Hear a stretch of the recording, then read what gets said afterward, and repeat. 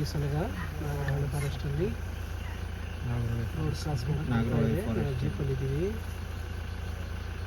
ನೋಡಿ. ಕೊಂಬೆ ಎಷ್ಟು ಉದ್ದ ಇದೆ.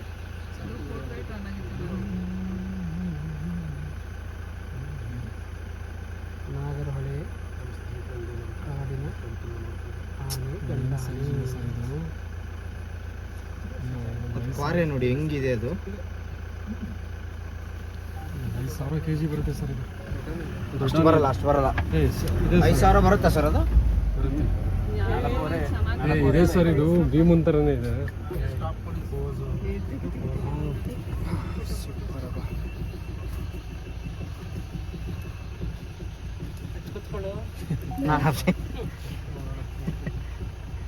ಒಂದೇ ಕೊರೆಯಿಂದ ತೆಗಿತು.